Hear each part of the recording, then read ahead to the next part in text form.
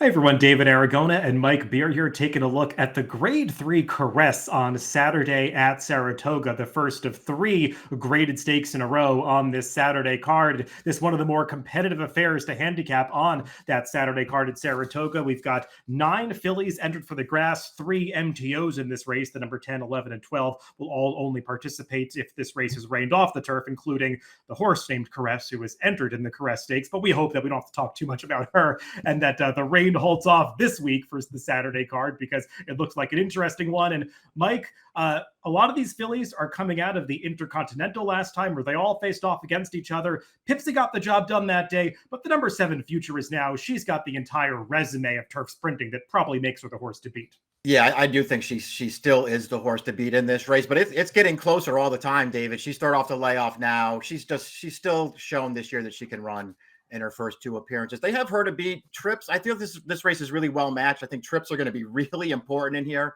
and I'll be very interested to see how this pace plays out early because I thought that was a pretty tough thing to decipher. Well, since you bring up the pace scenario, let's take a look at the Timeform US pace projector for this Caress. And I agree, Mike, it looks a little bit murky because last time out, Pipsy kind of broke very sharply and found herself on the front end. And it didn't look like anybody else was too intent on really pushing her. They went an honest pace, but it wasn't a fast pace for the distance by any means. I wonder if the tactics will be a little different this time, particularly from Paco Lopez on Future is Now, the number 7, drawn right to her outside. We've seen the number 1, Toupie, show a lot of speed on occasion. And even the number 3, Twirling Queen, was trying to send last time, but sort of got cut off a little bit by Pips in the early stages. So I could see some more jockeys get aggressive in this spot. Yeah, agreed. I will say you're right, totally right about, Pipsy. She's got plenty of speed anyway, but she just sort of found herself there last time. And I don't think you should, sort of pigeonhole her as a horse who needs the lead to be effective because I don't think she is that kind of a horse. Futures Now should be forward to 1. I feel like almost kind of has to go from the rail this time, but there are even a couple of other horses. The 5, I think Pandora's Gift, they haven't been using her speed since she got over here, but they just take a hold of her from the gate. She's got gate speed. They just haven't used it recently. I wonder if they get aggressive in this spot. Yeah, I'll be interested to see how she and some others are ridden in the early stages because it feels like there could be several fillies that are jockeying for position forwardly placed in the early stages of this race. Everybody, if you're watching this on YouTube, make sure to hit that subscribe button down below. We've got a lot of content planned for the summer at Saratoga and Del Mar, plenty of handicapping videos coming out, and we know a lot of you watch these videos and don't subscribe. I take a look at the analytics, so make sure to hit that subscribe button if you appreciate some of the content that we're putting out on the DRF YouTube channel. Let's go through this field from the rail out, beginning with the number 1, Toupie. And Mike, this horse has run some nice races, some speed figures that would make her competitive against these. I think the big question for her is whether she really stacks up at this level when she steps up against graded stakes competition, because she's tried it a few times, has disappointed against several of the rivals that she's facing today. I will say, I think she ran better than the final results might indicate last time at Woodbine, because that was a pretty honest pace. She actually put away the horse that she was dueling with on the front end and just kind of got swallowed up by closers late. So I think she's better than the last result. I still wonder if she's quite this good. Yeah, I agree. I have the same concerns with her. I mean, you're right to point out her last race too. Those 6.5 furlong races at Woodbine, they're totally different than these kinds of races. That stretch is really long, and she paid the price there. Yeah, but I had the same concerns you do, David, and just that I'm just not totally convinced that she's good enough to beat a field like this one. And this field came up really good. So, I just didn't really trust her. I do think she has a race in her that would make her really, really tough in here if she gets the right trip, but I didn't want to bet her. The number 2, Zeitlos, will be trying the turf for the first time since she ran on the grass in the Caress last year and didn't actually run that badly that day, Mike. When I pulled the replay for that race, we can take a look at it, and we know what we're going to get from her in the early stages. She doesn't have a whole lot of early speed. She typically drops back. That's her coming wide into the stretch, but she's going to find herself behind horses when they angle into the stretch here, and she's rallying pretty well, clearly handling the turf, trying to find a path through traffic, ultimately is able to find some clear sailing in the late stages, but kind of runs out of ground here. I don't think she was ever going to win this race, Mike. I don't think the traffic really prevented her from getting the job done in this race, but she showed that she can run well against some of the better fillies and mares that are sprinting on the turf. And now they're getting back to a surface that we know she handles. It's just a matter of whether or not the pace is going to sit up for her. Yeah, and we've already discussed the pace quite a bit too. And I do think, listen, there's at least a chance it gets fast for her. I didn't, necessarily feel like they were going to be flying up front here, but there's a chance that some horses get aggressive here. Maybe it helps Zeitlos' chances.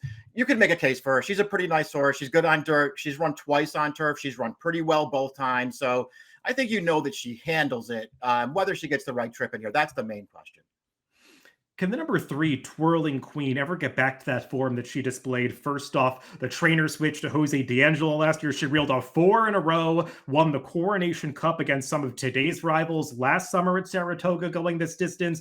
Since then, Mike, she's been a little bit up and down. I mean, she won a race at Del Mar, but kind of had to work harder than I expected given the field that she was facing in that spot. And since then, she's been a little bit disappointing. She came off the layoff last time in the Intercontinental, which we'll keep talking about a few times as many of the fillies in this race are coming out of there. And she did get cut off in the early stages when Luis Saez was trying to send her forward. So, she got steadied back slightly. But after that, she was just under a ride for most of the race and just never looked like she could keep up with the pace. Yeah, agreed. I mean, you could go back and watch the replay and feel like that she had a little trouble early, and maybe you want to be a little bit lenient. But after she just sort of got, briefly shuffled back there into the far turn, man, she just could never recover, David. And she tried really hard to get back into it. It seemed like she just didn't have enough horse to do it. That was her first start of the year. Maybe she'll run way better in here, but I don't know, man. I liked some of her races when she got good last year, but I didn't love them. And I thought she was a little bit opportunistic in some of those wins. And I'm just not convinced that she's quite as good as some of the other fillies in this race. The number 4, Kairyu, is another horse that's coming out of the Grade 2 Intercontinental. She was the third place finisher in there, and she ran pretty well, Mike, considering it was her first start off a pretty lengthy layoff dating back to October of last season. Now, she is still searching for her first victory in North America because she was a Grade 3 winner in Ireland during her 2-year-old season, but has been winless so far since coming into the Cherie DeVaux barn. But she's ran well in a number of races, and getting that start under her belt last time where she was maybe used a little bit more in the early stages than she really needs to be. I wonder if she's one that might take back a little bit more here and produce a better finish. That's what I was hoping for, just to get a different trip. I like this filly. I think even though she's winless over here, I think she's run some really good races, and she hasn't always had the best trip in the race either. Just sort of, stuck out there 3-4 wide chasing the pace last time, and it didn't really work for her, but there's nothing wrong with that performance. I'm going to expect her to run a lot better in this race. I think she's pretty dangerous. The number 5, Pandora's Gift, another horse coming out of that Intercontinental. And Mike, I'm curious to know what you think of her trip, because you mentioned earlier they weren't as aggressive as maybe they could have been with her, kind of taking her back in the early stages. I thought she even broke a step slowly from the inside, which kind of put her in that position. And she wasn't really clear in the stretch, and I was wondering if you thought that cost her at all, because she never had a clear path. I wonder if she was going to do better if she did, though. Yeah, I wonder about that too. To me, she's one of the tougher calls in the race because she's really competitive on paper. All 3 of her turf sprints over here are fine. I just don't really like any of them. Like, I don't really feel like she has big excuses in any of those races. Last time, you're right. Like, after she didn't, break running, they just sort of had to take a hold of her and sit her in behind horses. She was never clear, but she had room in the stretch of that race. It's not like she was blocked with nowhere to go. She had room. She was just over behind horses for a lot of it. I don't know, David. To me, she's a really tough call. I don't like her that much, but I know that I feel like there's a real chance she could beat me in here. I just don't want to bet her. And we probably should mention she's faced Future Is Now in each of her last 3 starts, and Future Is Now has beaten her every single time.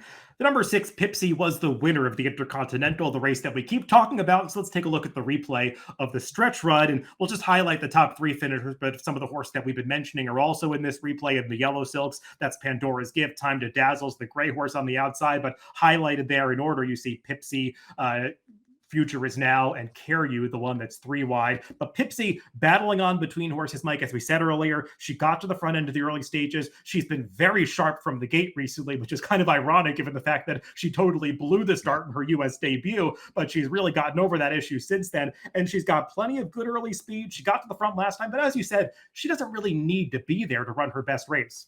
No, she really doesn't. As you point out, she proved that in her stateside debut, where she totally blew the start there and overcame it with a huge finish to win that race. Even her first start back from the layoff this year, she just let another horse have the lead, sat off her, and blasted that horse through the stretch. It looks like, to me anyway, and you feel free to disagree here, David, it looks like a huge jump forward for her last time with a triple-digit buyer on a pretty soft trip. I don't think that race came out of nowhere. I think she's run a bunch of good races over here. I think she has a lot of talent. And I think if she gets the right trip, she's going to be really, really dangerous right back in this. But I just think she's a good horse. Yeah, her 4-year-old debut at Keeneland was a very visually impressive effort. She just kept finding more on the front end, and she showed that same attribute last time in the Intercontinental victory. The number 7 Future is now. She was the beaten favorite in the Intercontinental, but Mike, she really lost nothing in defeat. I mean, you know what you're going to get from this mare every single time. She puts herself into position to win, and when she's got to look at it at the top of the stretch, you know she's just going to give her full effort to get there. I mean, she's been involved in a lot of close finishes. She usually comes out on the winning end of those. She's a real fighter. She couldn't quite get the job done over Pipsy last time, but it was yet another good performance from her, and you just can't really make a strong case against her. No, she got so good last year. She ran so many good races in a row, sprinting on the grass. And I do feel like it's going to be interesting to see, David. You know, she won off the layoff this year at Keeneland. We talked about that race a little bit, where Pandora's Gift sort of got by her in the stretch, and then Futures now fought back and got the job done. But to me, that wasn't a particularly good performance. I didn't think, from Futures. Now, it was her first start off the layoff, so maybe she needed it, but that pace was really slow. And she fought a little bit too hard for my liking in there, and she had a real chance to win the Intercontinental last time too. I mean, she sat right behind Pipsy. The rail was wide open for her in the stretch. She just, couldn't quite get there. I feel like last year she probably wins that race, and this year she didn't. So I'm a little concerned that she hasn't come all the way back to form yet. I still think she's the horse to beat. Yeah, I think we're on the same page. You have to acknowledge she's one of the more likely winners of this race, but she's going to be short prices just based on the fact that she keeps producing these efforts, and up for debate whether or not she's really worth the value in here. The number 8 is Time to Dazzle. She was the close 4th place finisher in the Intercontinental last time. And Mike, when I put on my trip handicapping hat and try to watch that race with 6 horses coming out of them and assess who had the toughest trip, I would argue it was her, because right from the start, they sort of made the decision they were going to rate her. Javier Castellano took a big hold of her early, just, put her outside, and she stayed there right through the far turn. She was 3 to 4 wide, had 0 cover every step of the way, but she was still finding at the end of that race. So for me, that was by far the best effort that I've ever seen out of her, especially her best turf sprint effort, because I don't think she's run up to that level in some of her other races going shorter, but maybe she's a horse that's just improving now as a 4-year-old. And while I've always wondered if 5.5 was a little short for her, the last race makes me think maybe it's not. Yeah, I agree. I thought she ran really well last time. It's funny. I felt the same way about her after I went back and watched the Intercontinental again, and I thought she was super interesting coming out of it. And then I went back through some of her other races again, and I realized I've seen her get that exact trip before, in the license fee and in the Glen Cove, where they just take a hold of her. They sit on the outside and wait for the stretch run, and then they try to make a run, and she just doesn't really have enough to get the job done. Be nice to see Dylan Davis. He's taken over here. Give this filly a little bit of a different trip here. Maybe get her a little bit of cover here, and then try to produce her through the stretch, because I do think she's pretty good. Yeah, she's a horse who got very rank early in her career, and I think that they've gotten that in their heads and been cognizant not to maybe put her behind horses early, but Dylan's a jockey that likes to save ground on the turf, so I've got some more hope that he can find a way to do so with her. The number 9, Obstreperous. I mean, we mentioned Caress, the horse, being in this race as an MTO. Well, Obstreperous, his sire, Sky Mesa, he is out of Caress, who is the namesake of this race. Just a little fun fact for you horse racing trivia nerds. Obstreperous, Mike, she's going to be the outsider in this race. She's coming off one of the best performances of her career, but even that allowance win at Churchill probably doesn't make her good enough. In pretty good form right now, so I guess it's okay for them to try to step her up and see where she fits with some better horses. It's going to be hard for her to win this race, David, especially from the outside post, because even as good as she's been lately, those races probably aren't going to get it done against this field. The rest are MTOs. So, Mike, where did you land in this wide open edition of the Caress on Saturday? I looked at this race probably for a few minutes longer than I really wanted to, David. It's really, really tough. I could have made cases for a lot of different horses. I'm going to go right back to Pipsy. I just think she's good enough to win here. I think she can get any kind of a trip in this race, and she's in good form right now. Yeah, I was just trying to find the horses that I thought could move forward from the Intercontinental, because that does feel like the key race to assess heading in here. And I think Kairyu could do better second off the layoff. But I really think Time to Dazzle is the one that ran so well last time and can do better if she's able to work out a better trip in here. 8-4-7-6 for me and 6-7-2-4 for Mike in the Grade 3 Caress, race 9 on Saturday at Saratoga. Good luck if you're playing the races this weekend.